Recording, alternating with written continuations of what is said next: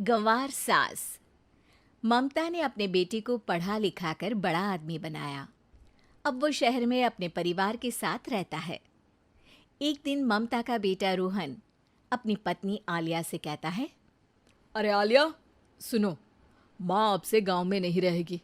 वो हमारे साथ यहीं रहेंगी शहर में। उनका कमरा आज नौकर से बोलकर अच्छे से साफ करवा देना। ओह, आज तो मेरी किटी पार्टी है, फिर मुझे जिम और फिर शॉपिंग।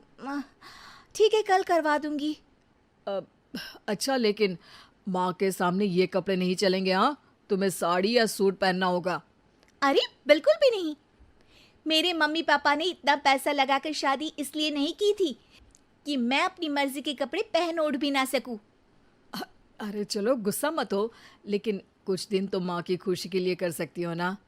लेकिन आलिया मानती नहीं।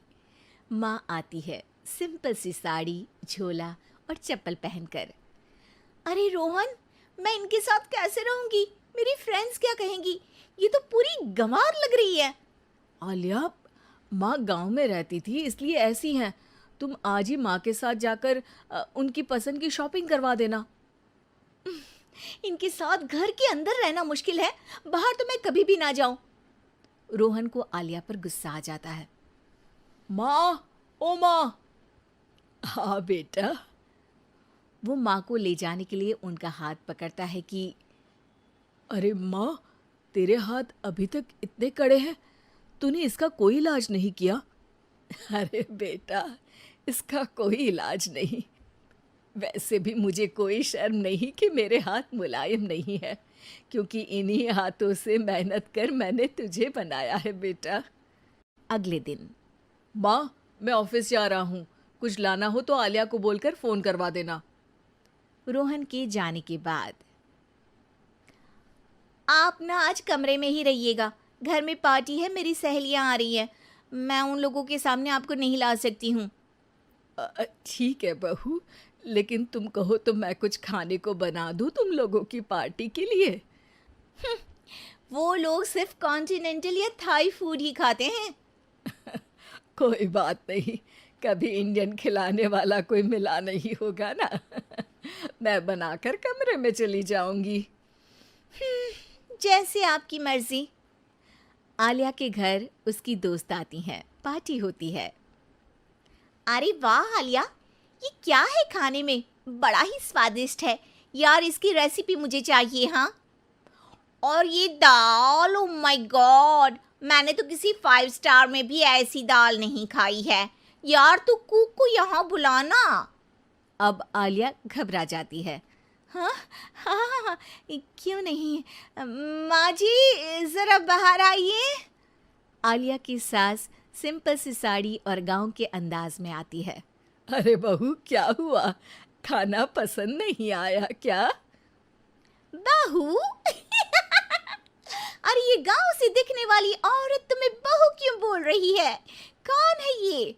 वो हमारी नई नौकरानी है। सास बहू की बात सुनकर बहुत दुखी हो जाती है। वो सर झुकाकर जा ही रही होती है कि एक सहेली बोल पड़ती है।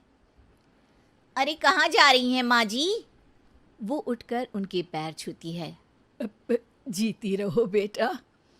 क्या है ना, आपकी शक्ल बिल्कुल मेरी माँ जैसी है। पता है आलिया, मैं शहर पढ़ने आई और फिर शहरी हो गई, लेकिन मेरे माँ पापा तो आज भी गांव में रहते हैं, बिल्कुल इनके जैसे ही हैं। आप यहाँ बैठिए ना आंटी, आप सच में बड़ी खूबसूरत है और आपके हाथ का खाना तो लाजवाब है। काश ये मेरी सास होती। सभी सहेलियां सास को घेर कर बैठ जाती हैं और उनसे खाने की रेसिपी पूछ रही होती है कि तभी घर की बेल बजती है और रोहन आता है। अरे क्या बात है, आज आप लोग हमारे घर में? और ये लोग तो मुझे आलिया से ज्यादा माँ की सहेलियाँ लग रही हैं। क्या ये आपकी माँ है? लेकिन आलिया ने तो कहा कि ये उनकी नौकरानी है और इन्होंने भी नहीं बताया। वो नहीं बताएंगी, क्योंकि उनके लिए बच्चों की इज्जत और उनकी खुशी सबसे पहले है। मुझे माफ कर दो, मुझे इन्हें तुम लोगों से मिलवाने में शर्म आ रही थी कि तुम लोग क्या कहती। अरे अब तो हमें शर्म आ रही है कि तुम हम लोगों की सहेली हो।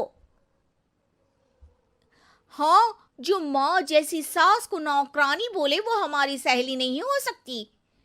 ये बोलकर सभी वहां से जाने लगती है कि सास बोलती है, आलिया की तरफ से मैं तुम लोगों से माफ़ी मांगती हूँ। उसने जो कहा उसके लिए मैं उसे माफ़ करती हूँ।